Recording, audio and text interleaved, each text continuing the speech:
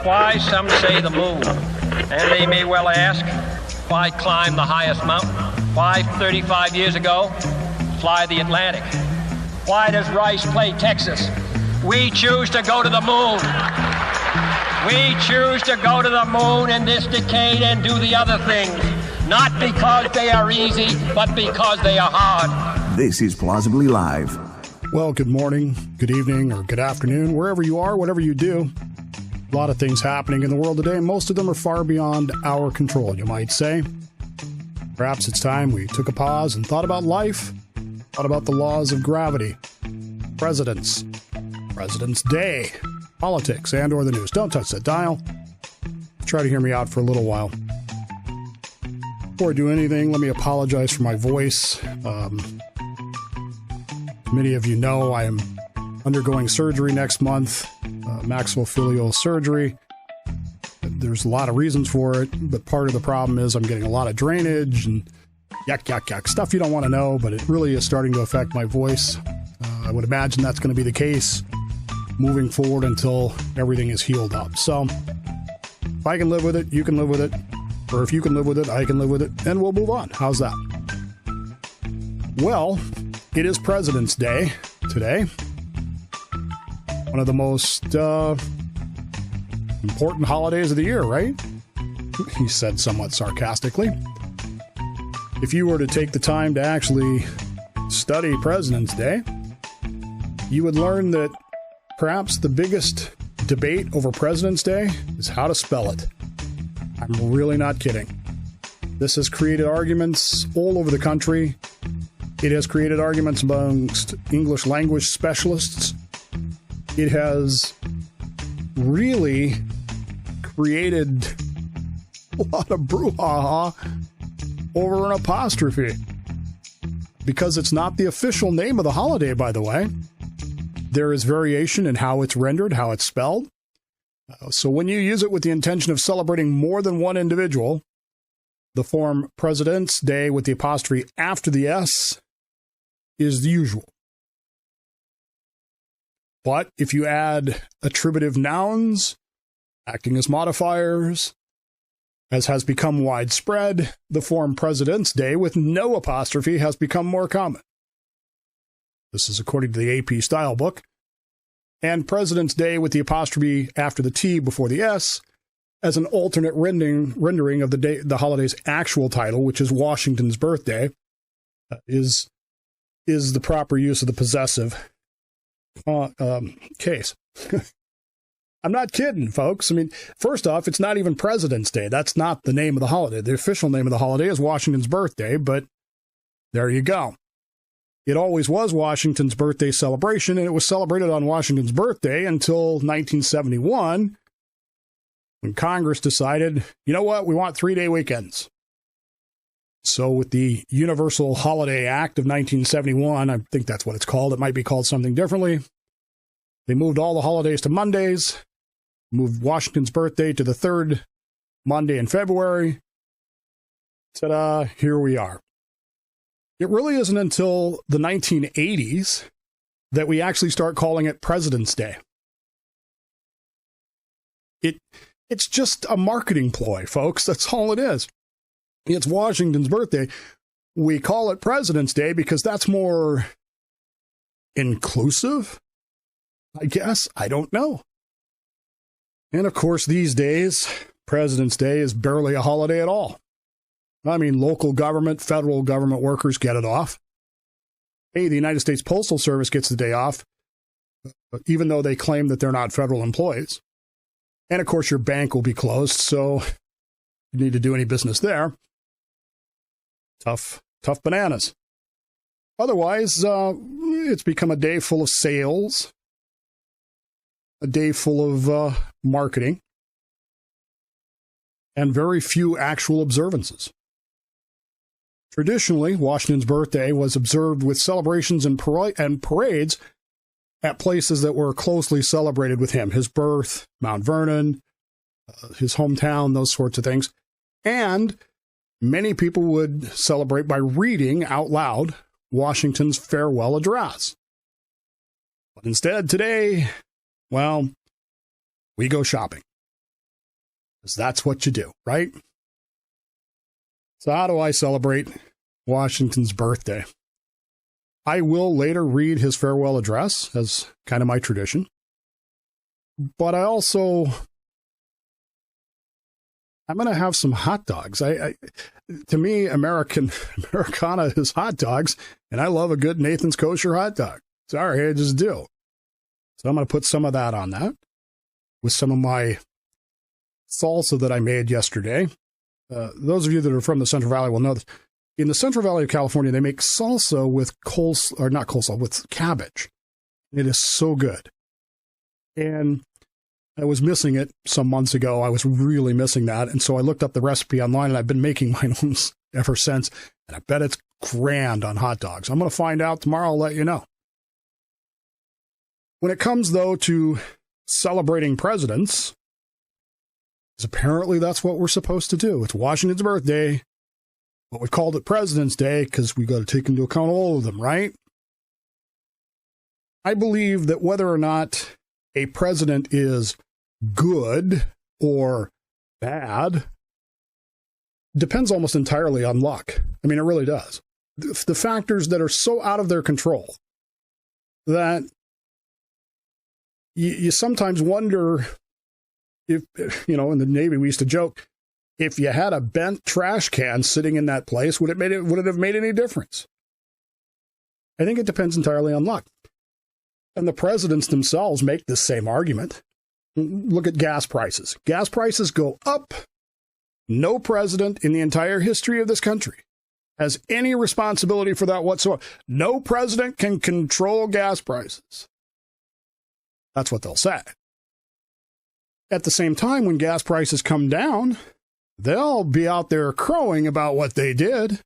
Look what I've done. I've brought you lower gas prices. It's funny. Things like 9/11. I wonder a lot about George W. Bush. I really do. If things had gone differently, that would have been Al Gore. Would that whole scenario have played out differently under Al Gore than it did under George W. Bush? It's purely luck. Would that attack have even been made under Al Gore? That's a question you really got to ask. Of course, we don't know the answers, but there you go. Deaths, resignations. There are presidents who have become president by the death of their predecessor. In some cases, very short amount of time. In some cases, a very long amount of time. And the greatness of their own presidency was determined by how they became that president. We have one that became president by resignation. Of course, Gerald Ford. Gerald Ford is one of those characters in history that I'm fascinated by because I think he was a pretty decent guy. He was, of course, a politician, and you got to keep that in mind. But as presidents go, I don't think he was that bad. But we never really got to find out. I do know this. Some of the best anecdotes about presidents and Secret Service come out of Gerald Ford's time in the White House. He was a very humorous man who loved to laugh, and he loved to play practical jokes. His kids did too, on the Secret Service, which maybe isn't that great of a thing, but they are pretty funny. That said, since it's President's Day, I thought I would give you my take on some presidents. I'm going to give you my top 5 presidents. I'm going to give you the great what-ifs presidents. And I'm going to give you some honorable mentions. If you agree or disagree, it doesn't really matter. You can always email me, dave@thedavebowmanshow.com, or text me, 209-565-DAVE, or email me, dave@thedavebowmanshow, or comment on the Facebook page, or whatever. It doesn't really matter. This is just my purely subjective view of the presidency throughout the history of it, and who I find particularly good and who I find interesting. Not necessarily the same thing. Stay with me. My top 5, number 5. Talked about him on What the Frock yesterday. Calvin Coolidge. Calvin Coolidge was one of those men who became president by accident. He became president when Warren G. Harding died in San Francisco. And we could spend a lot of time talking about what Warren G. Harding was doing in San Francisco, but, water under the bridge at this point. But Calvin Coolidge became president. And one of the things that he said was the business of America is business. And he was a very laissez-faire kind of president who was famous for not talking a lot, for having a very light touch on things, having a very easygoing manner, but not talking a lot, which is okay. That kind of makes him my hero. I like people who don't talk much, because I don't talk much unless I'm, on the air. Let's see. Number 5, and there are some wonderful anecdotes from Calvin Coolidge, one of which was he was at a party one night, and he didn't want to be there, obviously. And a woman came up to him, a very, well-to-do socialite woman came up to him and just exclaimed to him, "Mr. President, you have to talk to me. I bet my friend over there $10. Now, remember, this is 1920s. I bet my friend over there $10 that I could get more than 2 words out of you all night." Coolidge looked at her and said, "You lose," and walked away. Gotta like a guy like that. That's my number 5. Number 4, John Fitzgerald Kennedy. John Fitzgerald Kennedy, for me, also fits into my great what ifs, because we don't know what would have happened had he not been assassinated. And I know that John Kennedy is not a perfect man. I get that. I get that he's a politician. I get that he's a bounder. He's a cad. I get all of that. But of all the presidents, with the exception of one, 2, that we've ever had, I find that my politics most closely align with John F. Kennedy. They really do. And the fact that he was president when I was born sort of draws me, connects me there. I wasn't very old when he was assassinated, a couple of months, but there's just something about Kennedy that fascinates me and also puts him in the what if category. What if he had not been assassinated? What if he had been allowed to complete things? Now, look, I'm not naive. I understand second-term politics, second-term presidents tend to crash and burn. I get that. But had he been permitted to do his policies, carry out his policies, one wonders what the difference in the world would be. Would we have still gone to the moon? What would have been the impact on civil rights? Most importantly, what would have happened in Southeast Asia? These are things we'll never know because of the loss of John Fitzgerald Kennedy on November 22nd, 1963. Number 3. This is where I get into my own personality, number 3 is very hard for me. I've told you before, and I say this, and people don't really understand what I'm saying. My president is George Herbert Walker Bush. He's not on my list of my top 5 presidents, not because I don't think he was a great president, but because he's my president. George Herbert Walker Bush was the president when I was at the height of my Navy career. He led us into that war, led us through that war, and while I do not agree with every decision he made, and I'll tell you, I would have told him that to his face, I don't agree with that. I never, ever, ever believed or had reason to believe that he did not put his men under his command, men and women under his command by that point, that he ever went to bed without thinking and praying for us. I just don't believe that because I know that he did. That said, while he was my president, and I was very disappointed by what happened in 92, my number 3 guy is actually his predecessor, Ronald Reagan. Ronald Reagan was the first president that I voted for. He was the first president that, while I was in the Navy, I went into the Navy in 1981, right after Reagan was elected. But I got to tell you, the first 4 years of my Navy career, 81 to early 85, my head was buried. I wasn't paying attention to anything. In fact, those years are pretty much a blank to me when somebody asks me about something that happened in 1983. I might know something about it. I probably don't. I was in school. I was doing my ship's quals. Those are eras that are just gone to me. I was at sea the night that Ronald Reagan was reelected in '84, but I still have my Opus and Bill T-shirt from 1984, and I had for years. I had it not because I was going to vote for him, but Mondale and Geraldine Ferraro running against him. I had a T-shirt that said "Fritz and Tits" in '84, but I did vote for Ronald Reagan, and to me, Ronald Reagan's economic ideas were spot on. The best, certainly, since Kennedy. And the benefits that came about there, I think, were well worth it. His speech the night of the Challenger disaster still should be ranked amongst the greatest of American speeches ever given. He seemed to have a connection. He seemed to know the moment. And I just really appreciated him. It was hard to watch what happened to him post-presidency, but it happens to all men. I mean, we all degrade, we all go downhill, and Ronald Reagan was no different, but I sure was happy that he was my president in the 1980s while I was most of the time in the Navy. Number 2 is an interesting one for me because I struggle with this. I know it sounds like a weird thing to say, but I know we almost worship this guy, Abraham Lincoln. We have a monument to him in Washington, D.C. that looks like one of the Greek gods. We have celebrations. We have Lincoln Day celebrations, especially if you're a Republican.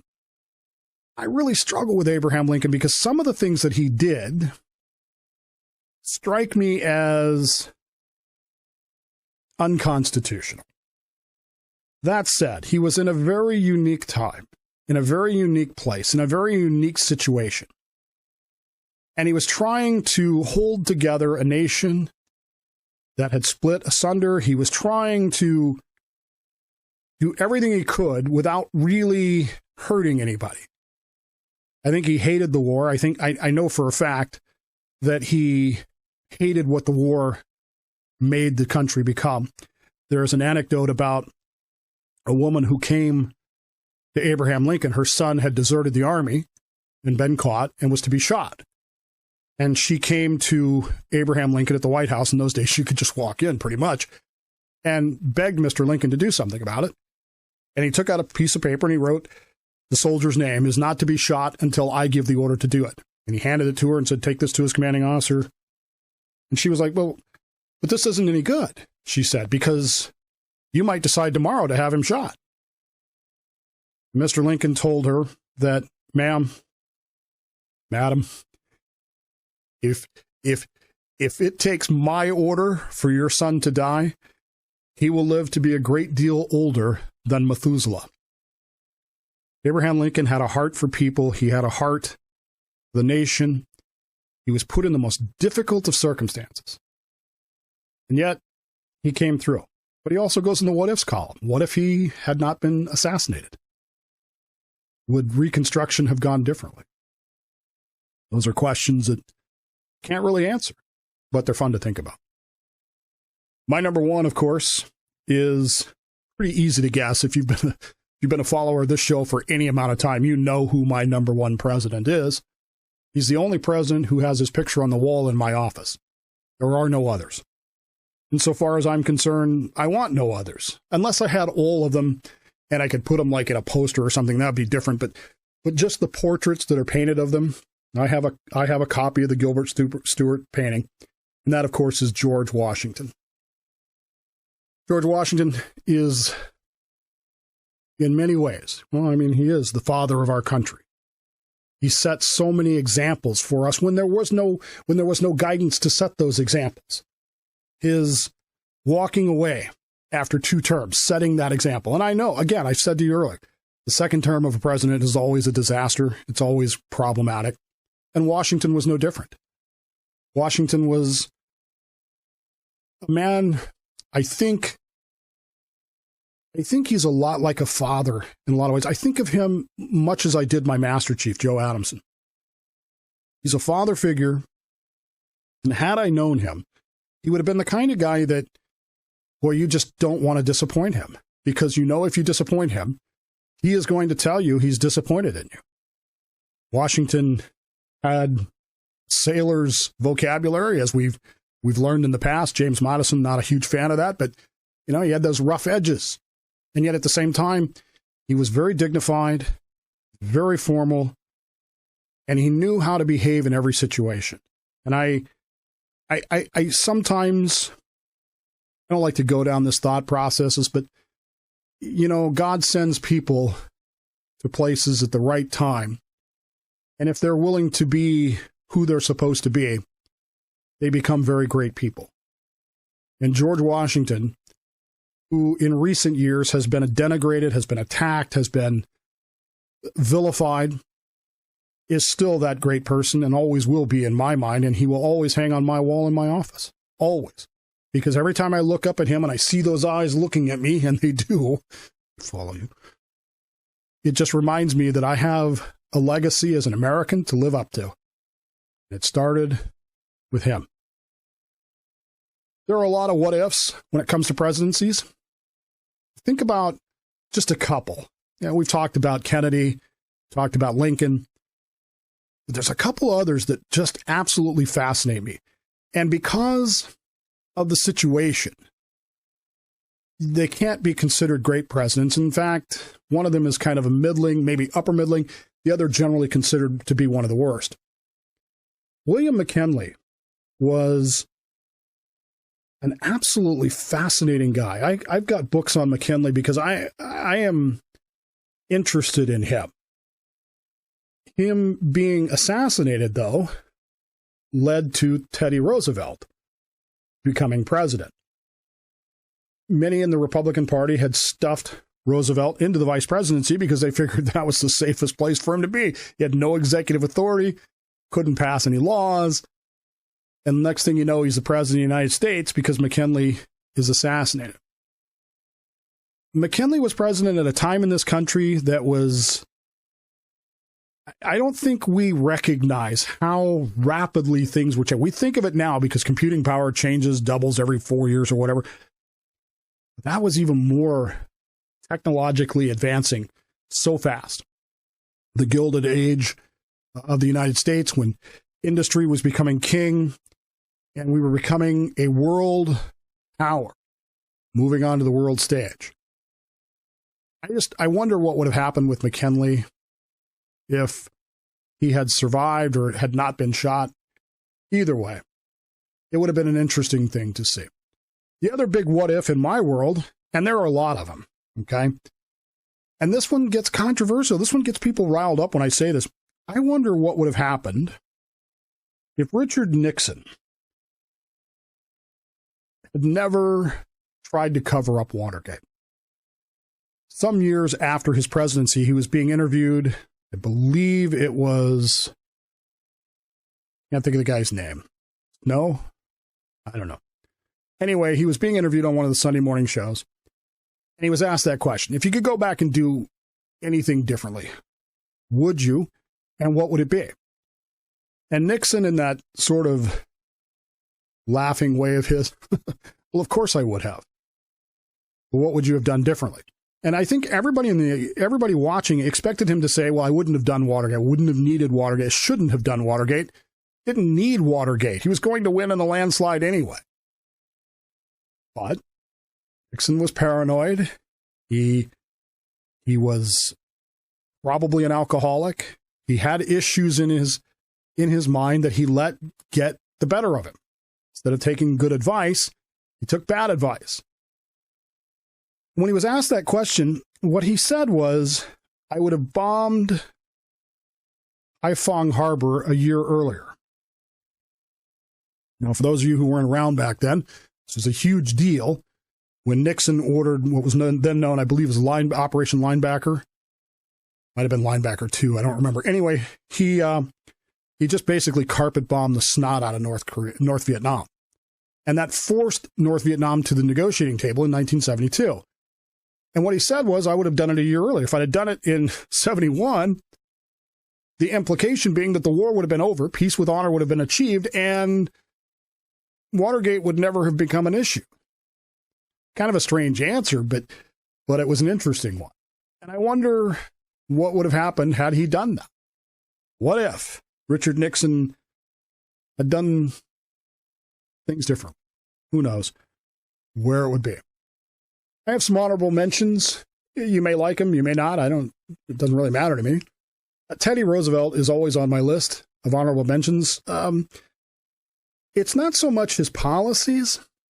It's two things. One, his naval expertise. He was very much a Navy guy. The Great White Fleet comes about under his leadership.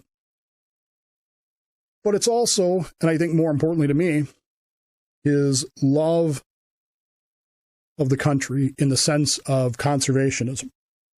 Here's a man who founded the national park system and really wanted to preserve as much of America in wilderness style as he could.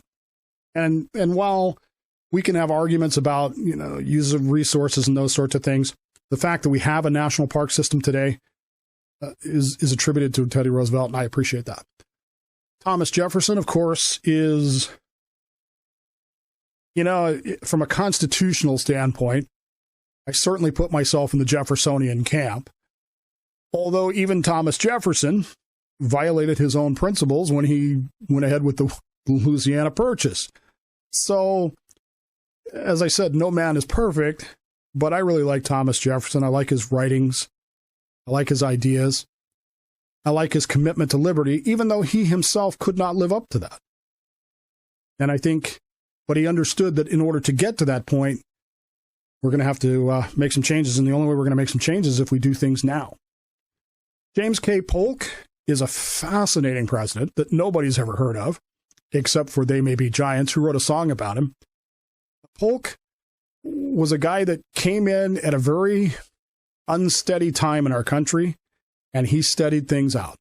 And he said, this is what I'm going to do, and boom, that's the end of it. And when I'm done, I'm leaving. 4 years later, he said, that's it, I'm out of here, I'm done. I don't want to be this anymore. And,